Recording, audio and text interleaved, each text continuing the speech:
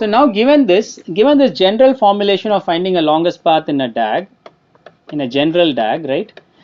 This doesn't have to work only for grid graphs, but it works for any directed acyclic graph.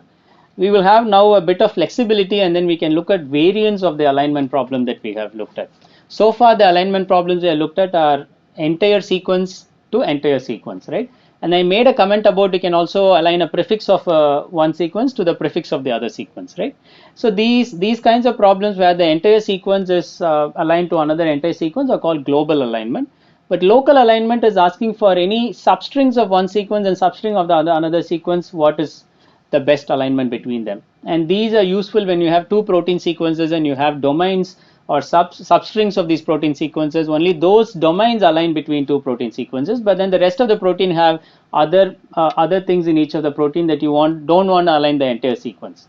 Okay, so let's just look at that, and let's also look at how we can make more general scoring functions. Okay, so those are the two things that we will look at now. So you can come up with general scoring functions. So currently our matches are score 1, and then the mismatches and indels are score 0, right? Insertions are score 0, deletions are score 0, and that is exactly equivalent to the longest common subsequence problem. But in biology, you may want to come up with more general biologically motivated scoring schemes, right? And one way in which you can think about it is, so you have, let's say, mismatches and indel penalties. So you can have, okay, I'm going to allow +1 score for matches, and then for every mismatch, I'm not going to call it as 0 and ignore it. A mismatch is actually something that will change the sequence so much that the function may change, that I want to have a penalty of mu per mismatch. So then your score will become minus mu times the number of mismatches. And indels also can be more serious than mismatches because you're just deleting. Remember the cystic fibrosis case where, and in some cases, if the indels are not of multiples of 3, then you can get a totally different protein sequence if you don't satisfy the length of 3 insertions or deletions, right? So because the codons are all multiples of 3. So sigma and mu can be different. So here you have a score which assigns +1 to matches, mu penalty to each mismatch, and sigma penalty to each indel. Okay, so this is actually -8 here. Okay. So in terms of this mu and sigma, right, and the +1 for the number of matches, it can be represented in a nice matrix which tells you all the alphabets in your sequence ACGT, and then the insertion deletion character dash. Similarly, all the alphabets in the next sequence ACGT, right, in the other sequence, and the indel character dash, right? Then you can say that if A becomes A in the second sequence, then you include +1, right? If A becomes C, then you have a penalty of minus mu, right? That is a mismatch. If A becomes G in the second sequence, then you have a mismatch of minus mu, and so on, right? So then you have this nice, the number of alphabets is 4 here, so 4 plus 1, 5 cross 5 matrix. And then these are the cases if A becomes dash, right? Then there is a deletion, or if dash becomes A or dash becomes C, then you have an insertion. So all of these are these indels, right? And you can even have different scores for insertions and deletions, or different penalties for insertions and deletions, right? So that is also possible. So for instance, you can have, you don't have to have all of them to be sigma, right? You can have any general scoring matrix here. So you have -3 here, -3 here, -3 here. Maybe T getting deleted is much more costlier than ACG getting deleted. If you have some information about that, then you can include -4, right? Similarly, if G gets substituted to an A, maybe it causes more functional change in the protein than when G gets substituted to a C. So then the penalty for G to A can be -9, but the penalty for G to C mismatch or substitution can be -7, right? So the way of representing this matrix, the scoring matrix, instead of a formula like this, if you represent it using a scoring matrix, you can have very general scoring matrices. Okay, that is the advantage of these scoring matrices, because then you can essentially go to the biologists and ask them, okay, I have this ACGT dash, ACGT dash, and then give me the penalty for each of these mismatches, each of these insertions and deletions. Okay, and biologists have actually come up with this. So this is much more interesting for the case of amino acid sequences. In DNA, you only have 5 cross 5, but in amino acid sequences, you have different amino acids are similar in terms of their physicochemical properties, in terms of their biochemical properties, right? In terms of their functions that they contribute to the larger protein.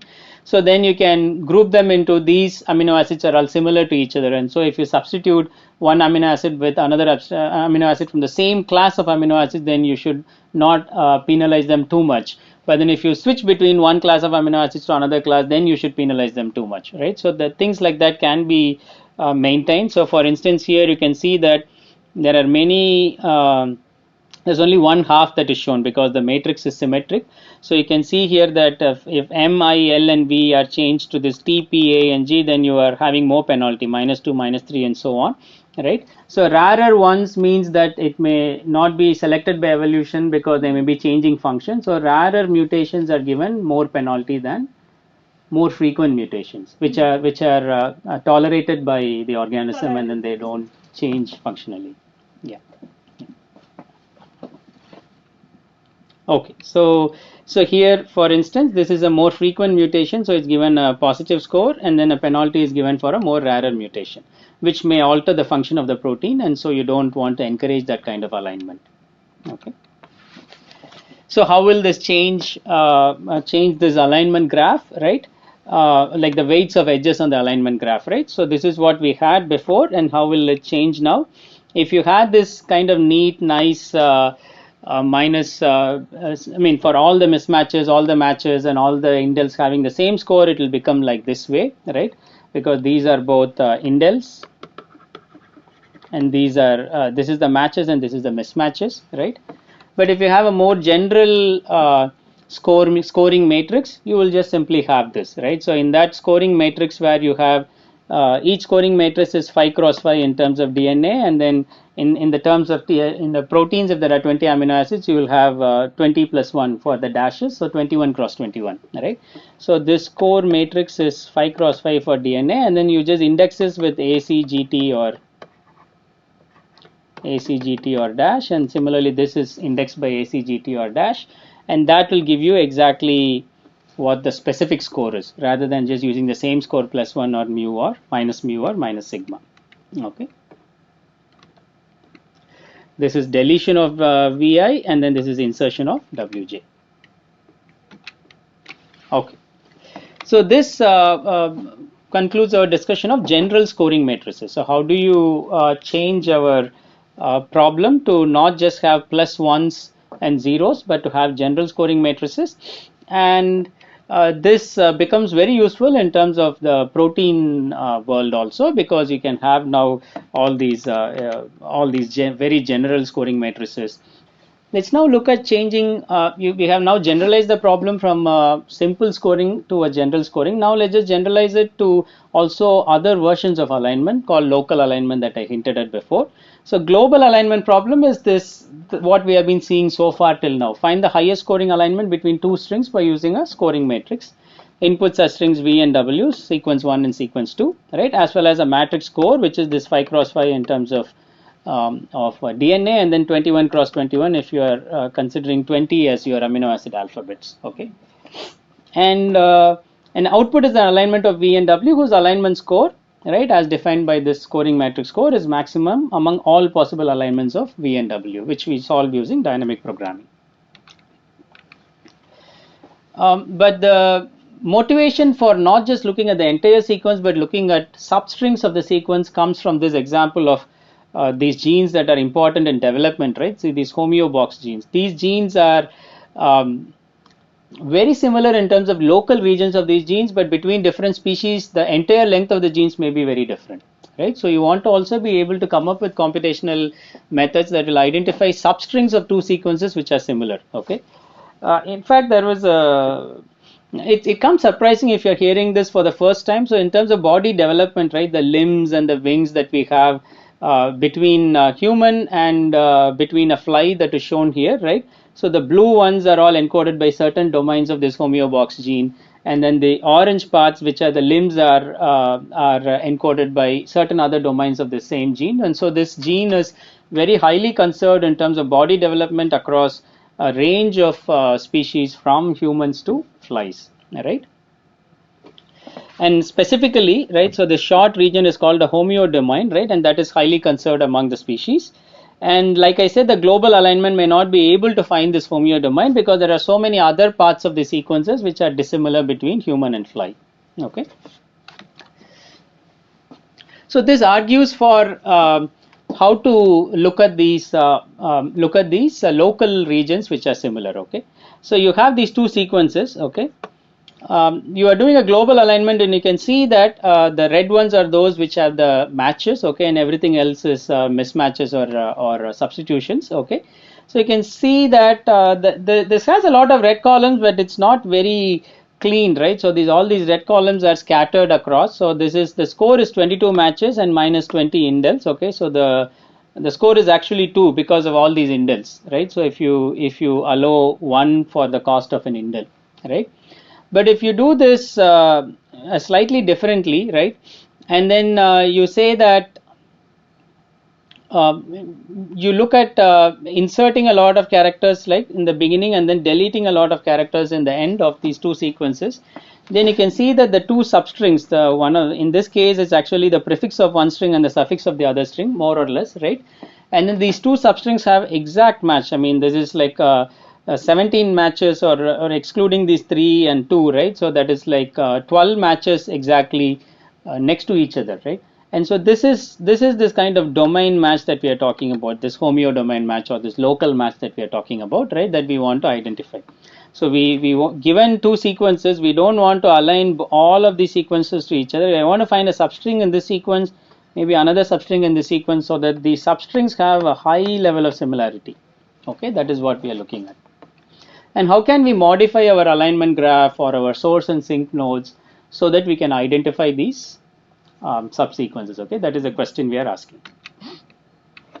And this particularly is called this local alignment. Like I said, you are given two sequences. You can take any substrings, and then we are looking for alignment of those substrings. So which is the best one? Okay. And how will these local alignments look like, right? So this is called this free pass or free ride, if you will, right? So you have this lots and lots of deletion or insertions that is happening in this region. Okay, so those are insertions as you believe. So this is sequence 1 always, right? And this is sequence 2, right? Insertions, you consume edges along the horizontal direction, right? So all of these are insertions in sequence 2, right? And so these are mostly arrows that are going in the horizontal direction towards the right. And then you have a free pass. You have this local alignment which is all zero, I mean kind of no penalty, zero penalty, right? And a lot of scores that you accumulate. So then this is a free pass that you get. You have a lot of positive scores that you get. And then you have a lot of deletions right here. So this all these GCs and A's are all deleted, and then deletions are these, you're consuming characters in sequence 1 but not in sequence 2, so you just go all the way down, right? And what we are saying is that in local alignment, if you want to only look at the score of this region, right, so what should you do? You should not penalize this beginning part and the end part. You have to only get the score of the middle part, right? That is what a local alignment does, right? And how do you think you can change your recurrence? Global alignment, you'll have to go from the beginning and then kind of include everything and then figure out the best way of reaching here, right? So that is what this is, right? So how will you figure out the best possible local alignment, right? Let's define the problem and then start looking at how to do the best possible local alignment. Okay. So like I had said, this global alignment looks like this beginning to end path, and the local alignment is you can start anywhere and then end anywhere, right? And you want to find the best possible stretch. If you know the starting points where the local alignment starts in both of the sequences, then you can do a global alignment within that rectangle to get the best local alignment, right? So if you have these two sequences and you know that this substring and this substring has the best local alignment, then you can take those two substrings and run a global alignment algorithm on those two substrings alone, right? Which is what this is, right? So this is the particular substring here. So this is like V and W. So then this is V sub and this is the substring W sub. So then I'm just saying that this is V sub and this is W sub. Right? It's actually the other way around. But then of course the substring in the two strings could be anywhere. So we have to try all possible rectangles, and then we have to choose the best rectangle, the best aligning rectangle, right? So this rectangle which scores the best in terms of the reaching from here to here. Okay. So this is the formal definition of the problem. So find the highest scoring local alignment between two strings. You have strings V and W as before, as well as a matrix score again as before. We want the main thing is that you want substrings of V and W whose global alignment as defined by the matrix score is maximal among all global alignments of all substrings of V and W. Okay, you have to try all possible substrings. You have to try all possible rectangles here. Okay, it seems like a very difficult problem. Because I mean there is a naive way to do it, right? So how many possible rectangles are there? Do you want to say? How many possible pairs of substrings are there of different lengths across these two sequences? So the number of all possible rectangles here is all possible substrings in the first string times all possible substrings in the second string, right? That will give you all possible rectangles, and that will be order of n squared m squared. This is a power 4, right? And this is too slow, right? So can we do it efficiently without having to go through all the rectangles? Okay. So one way of solving the local alignment problem is you consider all possible rectangles, which is order of n squared m squared, and then run the global alignment for each of those rectangles. All right. But can we do smarter than this, right? And then the answer is we can. Okay, and that is what we are going to look at. Okay. So this is this concept of free ride that I briefly mentioned. So if you have a rectangle, the point of reaching here is free, okay, because we only want to know the global alignment from this node to this node. Okay, so from the 0 0 to this node and this node to n comma m. So this is n comma m, the total length of the strings. This is 0 comma 0, right? From 0 comma 0 to the point that you start the local alignment, this rectangle, right, that is free. And then from the end of the rectangle, so this is the top left of the rectangle, this is the bottom right of the rectangle, from there to the n comma m also it is free, right? So these should be scored as 0, no penalty, no gain, right? And all the scoring has to be here, right? This is the rectangle that we talked about, and all the global alignment scoring should be active only within the rectangle, right? But to get to the beginning of the rectangle or the end of the rectangle, the source and source node here and the sink node here, to get in or to leave that should be 0, okay, to the overall sink or from the overall source. Then we will be able to capture it. Okay, this is a free ride. Then it goes through also another free ride from here to here. Okay. Okay. So these free taxi rides have to be encoded as these zero length or zero cost edges, and so we can add these types of edges. So there are edges from 0 comma 0 all the way to all the other nodes, and then there are edges to n comma m also of weight 0, right? From all of them into the particular sink node, the overall sink node. Okay. While before we had to consider order of n squared m squared rectangles, here we have only added order of nm, right? So how many edges we have added? Order of nm for the outgoing edges from 0 comma 0 and nm for the incoming edges, so which is order of nm again, right? So we have gotten this this benefit in terms of a factor of nm that we have reduced by using this formulation. Okay. And how does this change the recurrence relation? So you have Sij. Previously we only had from this node, right? We only had 3 incoming nodes, right? So all this I minus 1 comma I comma j minus 1, I minus 1 comma j, and I minus 1 comma j minus 1. But now we also need to allow from the beginning node into this node, right? So that also needs to be allowed. So you can also start afresh from this particular node. So then that also needs to be considered.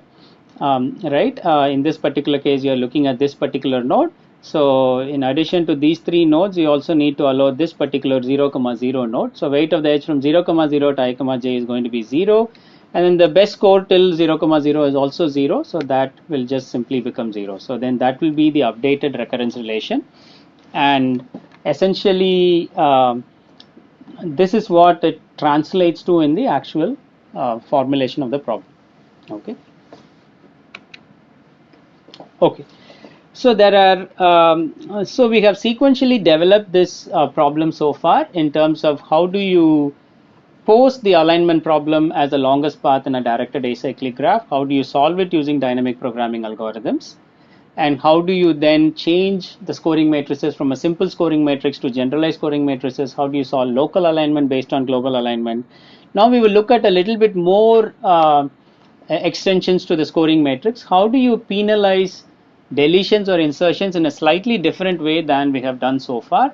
Again, this different way of penalizing insertions and deletions is again motivated biologically. Okay, and we will look into that next. Okay. So like I said, we have previously assigned a fixed penalty sigma to each indel.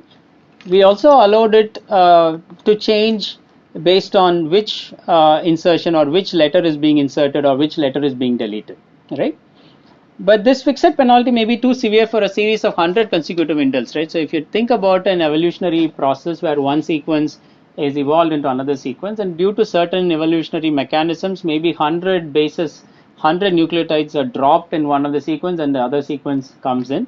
100 is a big number. Yes, it should be penalized, but maybe this event represents just one evolutionary event, and so we may not want to penalize it 100 times. If you penalize it 100 times, it is equivalent to treating it as 100 evolutionary events. Okay, so oftentimes a series of k indels, like it said here, it represents a single evolutionary event, and then you want to have a different cost for such an evolutionary event, right? And then a different penalty for the length of the bases or the nucleotides that are being deleted. Okay, this will become clearer here. Okay, so essentially we are saying that there are two evolutionary events which are happening here. T is getting deleted, C is getting deleted. But if you have another alignment for the same set of sequences, right, where you have TC deleted in this particular manner, maybe here you may want to call it as -1 and -2 as -2, but here maybe you want to call it as there is an opening penalty of -1, but then extension of this gap or extension of this indel, maybe I want to only assign it -0.5, right? So the evolutionary event is counted as some penalty, but then within that evolutionary event you have a 2-length gap or a 3-length gap, then you just penalize it in a smaller, using a smaller amount. Okay, so that is the kind of scoring scheme that we want to introduce. And can we also tweak around the scoring matrices or our dynamic programming algorithm recurrence relations to handle this case, or does it require a totally different algorithm, right? So that is a question we are asking as computer scientists. Okay, but the biologists are saying that these two cases should be considered differently. Okay, the evolutionary biologist says that this should be penalized as -2, but this should be penalized as -1.5. Okay, and if you have some sequence where you have A, C, C, G, G, G, T, and so on, and then another sequence you have A, C, C, and then you have dash, dash, dash, and T, right? So then the scoring for this should be you are opening up a gap here or an indel here. Indels are also known as gaps. Okay, you're opening up a gap here. So this opening is an evolutionary event that should be -1, but each of these extension of this indel or extension of this gap should be -0.5 and -0.5, because these are not distinct evolutionary events. It's just part of that. So then this should be getting a penalty of -2. This should be getting a penalty of -1.5, and this should be getting a penalty of -2. Okay, that is what these different examples of these scoring. Okay. And this type of gap penalty are called affine gap penalties. Affine is something linear, right? So you just keep on adding epsilon. We were using epsilon to be 0.5 minus 0.5 in the previous case, and the gap opening penalty we were using -1 in the example, right? So you have a gap of length k and indel of length k, then you are saying that sigma for opening that indel, and then epsilon for extending that indel for k-1 steps. Okay, so sigma plus epsilon into k-1 is what we want. Okay, and usually the sigma is greater than epsilon, so starting a gap should be penalized more than extending it. How will you model this affine gap penalties? And I've already given a hint here. Okay, so I'm going to wait and see if can come up with weights for these edges so that we can model this. Okay, so we have affine gap penalties, which is sigma plus epsilon into k-1. Okay, I'll just write it down here. Sigma plus epsilon into k-1. Previously it was all just sigma, okay, or minus sigma, sigma times k. Okay, but now we want it to be sigma plus epsilon times k-1. Okay, we don't want this. This was previous. This is now for contiguous gaps of length k.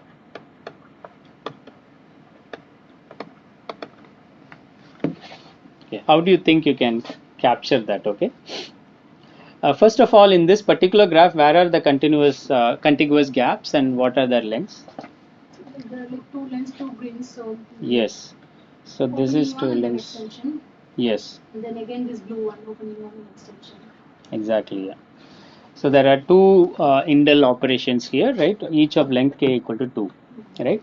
Previously, this will be minus 2 sigma and another minus 2 sigma. It will be minus 4 sigma, but we now want it to be 1.5, 1.5, so total 3. That's right. Yeah, exactly. Yeah. So we want it to be minus sigma minus epsilon, and then for the other one also you want minus sigma minus epsilon. Right? That is what we want. But currently it is. Previously it was minus sigma minus sigma minus sigma minus sigma. Right. So all of these were weighted as minus sigma. All of these were weighted as plus 1 or plus. I think matches had plus 1. Yes. Matches is plus 1. Yeah. These are all minus sigma. This is what it was before, but now we need to change it. Okay, so can you think of how you will change it? So we can add these long edges. Okay, some of these long edges are the ones that are shown here, right? And then the number of such edges that are added would be basically from here you can add if this is the nth node and this is the mth node, you can add all possible n edges, right? And then there are m such nodes, so you will have order of nm. And then from the second node also you can add these kinds of long edges. And so that will also be order of nm, and then you will repeat it for all the n rows. So there will be n such rows. So that will be order of n squared m. If you look at it the other way, it will be order of nm squared, and so the order of minimum of n squared m comma nm squared will be your number of long edges that you will have to add. Okay.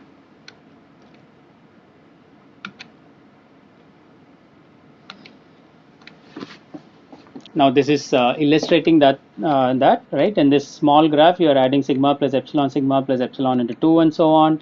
Similarly for all these other nodes, and similarly the green nodes. Okay.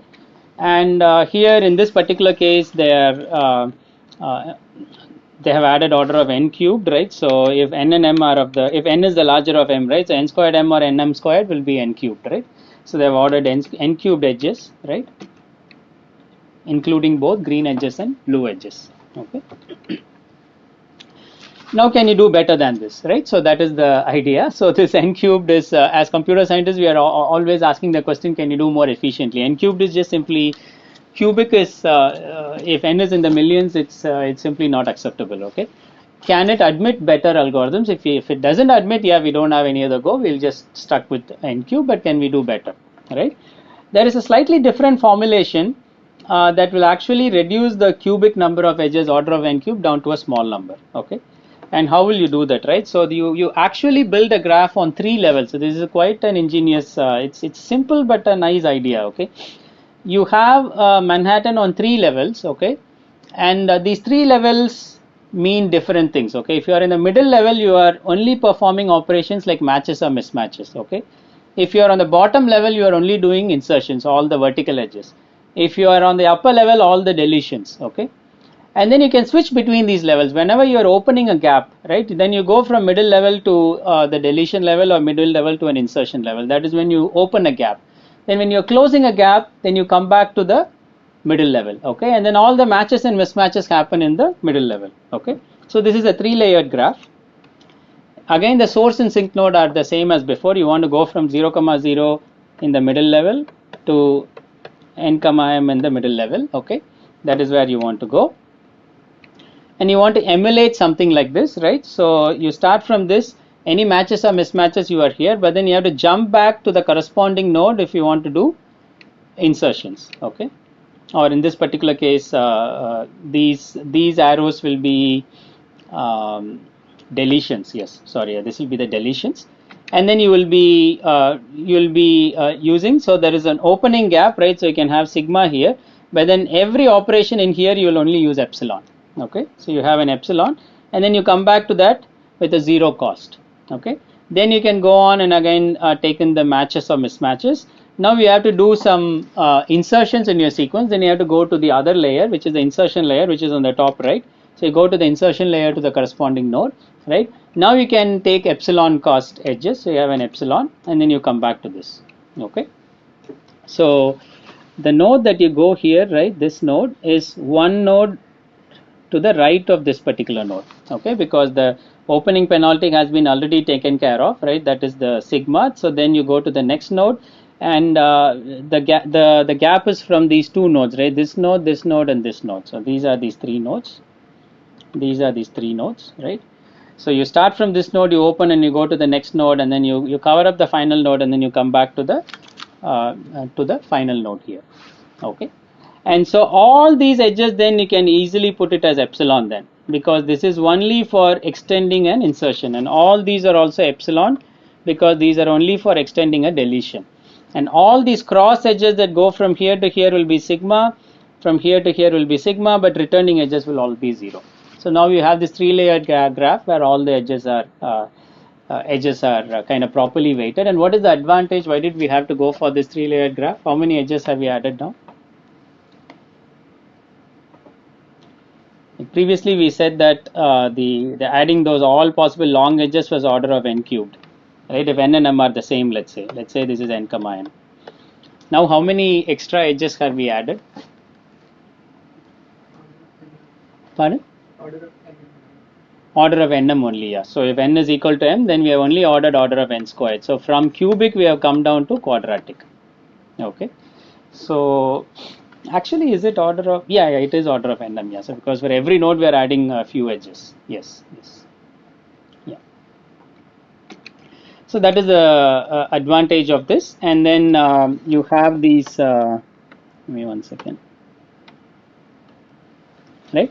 You have these recurrence relations now. Now this is a general directed acyclic graph. You can verify that this is actually an acyclic graph. You don't have any cycles in this graph because that is required for a DP algorithm to work. So you can prove that this 3-layered graph, overall this whole graph, all these 3 layers together and including all these cross edges, doesn't create any cycles. Okay, because you're always starting and then going to something, some larger value in n comma m. Okay, I comma j keeps increasing as you go. And then you can then write down, like for each of these nodes, then you have a certain number of predecessors.